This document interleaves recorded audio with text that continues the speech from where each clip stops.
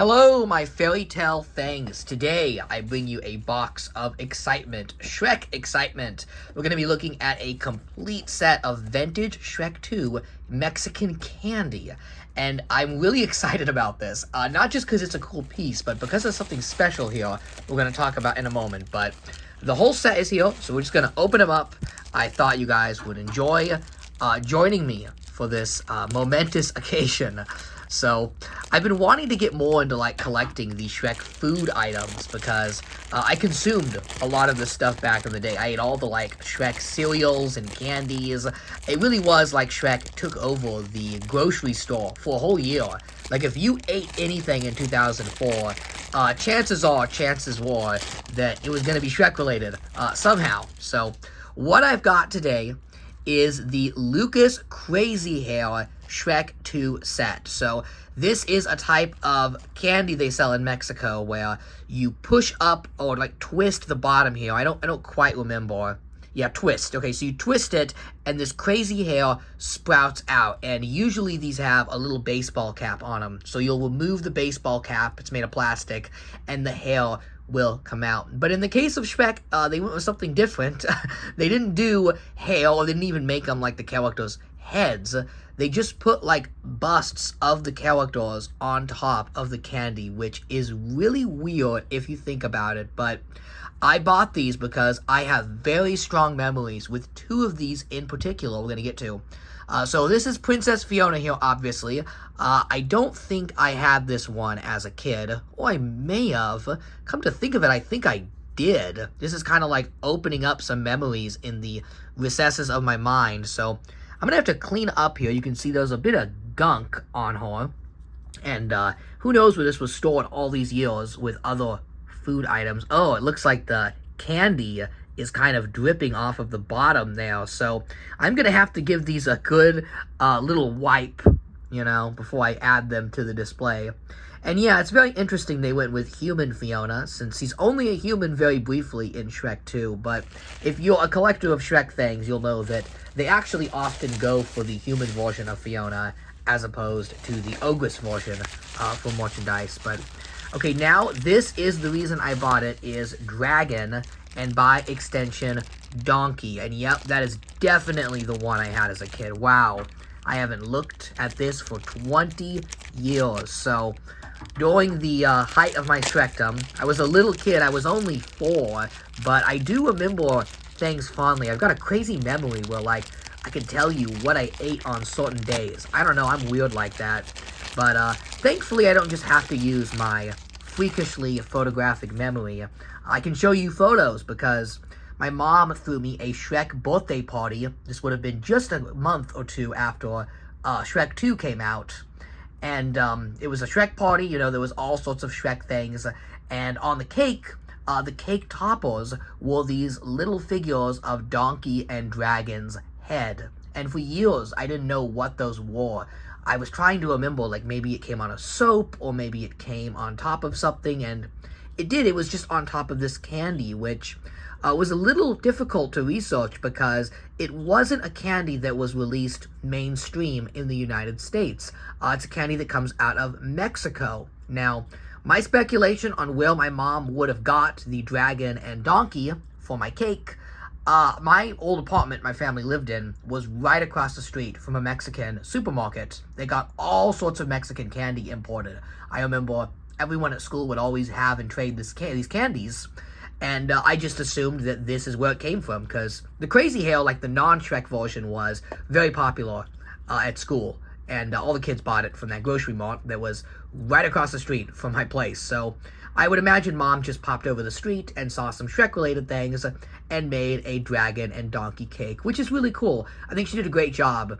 And the official Shrek cakes they made, they were pricey. They were not cheap. So she found an economic and fun way to, still get me some Shrek toys on top of my cake. Because if a birthday cake doesn't have toys on the top, where's the fun in that?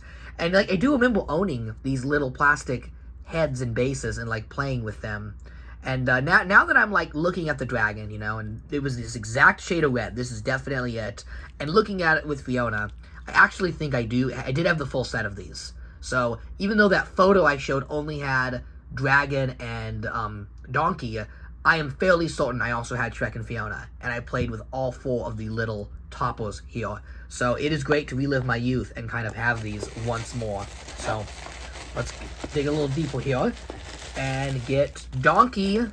Alright, so let's open them up here. And another place my mom could have got these if it wasn't at the grocery mart would have been the flea market. So where I live in Southern California, we actually don't use the term flea market that much. I know flea market's like the catch-all across the United States, but we use the term swap meet. Now, a swap meet is kind of a regional term we use for a flea market. It's really the same thing. They're not different in any way. It's just people selling stuff on parking lots, usually outside schools, on dirt lots, that sort of thing. And there's a lot of imports from Mexico available at the swap meets. And maybe these candies came from the swap meet. Either that or the grocery mart, but there's a lot of Latin American influence where I live. You can get a lot of cool candies and toys imported from Mexico. And it used to be a hobby of mine to kind of collect all the unlicensed and bootleg toys that were coming across from Mexico. And I had some bootleg Shrek toys. I would love to get them again because I think knockoff toys are very charming in their own right. But these are real imports. These are not bootlegs. These are officially licensed Shrek products that were available in Mexico. Oh no, this one's covered in goop. Look at that. Ew. Oh no. I'm going to have to clean these up. We'll kind of do a before and after. I'll clean them before touching and looking at them a little more. But yeah, I've had some trouble finding these because they were not given a mainstream U.S. release. Now, I have viewers from all around the globe, so if you grew up in Mexico, let me know. Let me know, really. Maybe these were distributed in other parts of the world. I don't know. Just let me know where these were sold, but they definitely were very prominent in Mexico. And I think they still sell the crazy hair today. I went on the website, and it's owned by the Mars Candy Company. It's a big conglomerate company, but they do still sell them, and it said on the website that you can find them in Mexico and some U.S. stores, so definitely more of a regional thing. But I think that is one perk of growing up where I did, is that you got to see stuff from all over the world. You know, California is such a cultural beacon that you get to try foods and candies and other stuff that when you travel to other states and talk about, people are like, I have no idea what that is. I'm like, come on, crazy hair. Like, it's classic. It's a Mexican candy, and these are the Shrek versions. So, tell you what, since these are all sticky and gross, I'm going to turn the camera off, I'm going to clean these up, and we're going to look at them and touch them once they're not sticky and gross. Okay, so those actually cleaned up way, way better than I thought. To give you an idea of, like, how old these are, like, owning these today is like the equivalent of buying Star Wars cereal from the 80s in the 2000s, which makes me feel really old. But I was just thinking about my memories with these, and, you know, I do have a memory of actually trying this candy, because it was like this brown, like, I don't know, it was a texture that almost looked like ground beef. Like, it looks like something you'd get in your taco at Taco Bell, but it's not, it's candy. And I remember being really grossed out by that as a kid, so I just kept the plastic pieces. And I'm combining that memory because these two were used as cake toppers for my birthday, and the cake would have been baked in secret without me knowing. So if I have memories of actually eating this candy, then I deduced that yes, I must have had the Shrek and Fiona. And looking at the Shrek now, the last one I unboxed here, I do remember owning this guy. So yeah, I actually had the complete set of 4 of these, which means they came from a location that I had easy access to. Definitely that Mexican supermarket that was across the street. So how about that? Owning these jogged my brain a little and got me to remember some core memories from when I was really young, like memories from 20 years ago. How crazy is that? Now, let's look at the candies themselves. They're honestly really impressive because the candy already comes in a plastic container, and you do get a lot of candy in here, so it is the type of candy that would cost a little bit of a premium. And it does have these beautiful graphics of the 4 characters on it. So I think if they had just released it like this, with the generic baseball hat toppers, it would have been a fine themed product. But somebody in licensing went the extra mile and created these really beautiful head sculpts. And I honestly think the sculpts on these look better than the Hasbro figures released for Shrek 2. How crazy is that? Like, just look at Dragon here. Look how fierce they made her look. She looks great. Donkey, you know, he's got the mohawk, the eyes. Fiona, being a human, is easily the roughest of the bunch. She kind of looks like a porcelain doll, but still, the detail in, like, the crown and the necklace is really impressive. And these candies are small. Like, this whole thing right here is, like, barely an inch tall. It's very impressive. And Shrek looks great. That is a phenomenal head sculpt. The detailing on the tunic is there, the alligator print on the vest, and that head sculpt is so amazing for Shrek. They actually got the color green flawless. Like, wow, it looks good. It's that perfect blend where they didn't make it dark enough, but they didn't make it too light. Some of the Shrek figures just don't get the green pigment right, and this one just nails it. I wonder, like, the person who sculpted this, if they worked in professional toy and sculpting design, because it's really good, way better than it should be for a candy. And each character has their own fun flavor, so I'll look at each one so you can get another good look at the sculpt here. There's Shrek, and Shrek is swampy green, sour green, tamarind, I don't quite know what that is, actually.